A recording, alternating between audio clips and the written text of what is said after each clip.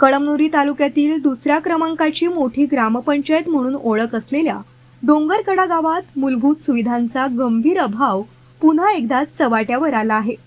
गावातील एका वृद्ध महिलेच्या निधनानंतर अंत्यसंस्कारासाठी स्मशानभूमीत गेलेल्या नातेवाईकांना भर पावसात मोठ्या अडचणींचा सामना करावा लागला।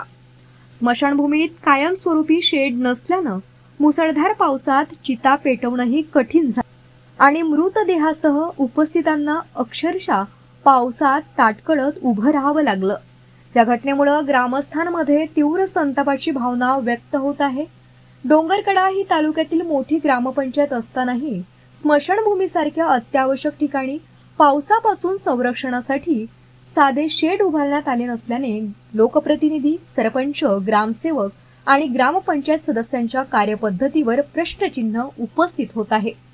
मृत्यूच्या दुःखात असलेल्या कुटुंबियांची भरपावसात झालेली ही परवड प्रशासनाच्या उदासीनतेचं जिवंत उदाहरण असल्याची प्रतिक्रिया ग्रामस्थांनी व्यक्त केली असून स्मशानभूमीत तातडीनं आवश्यक सुविधा उपलब्ध करून देण्याची मागणी जोर धरत आहे। कृष्णा चौतमाल, जिल्हा प्रतिनिधी, नांदेड, लोकराज्य टीव्ही न्यूज।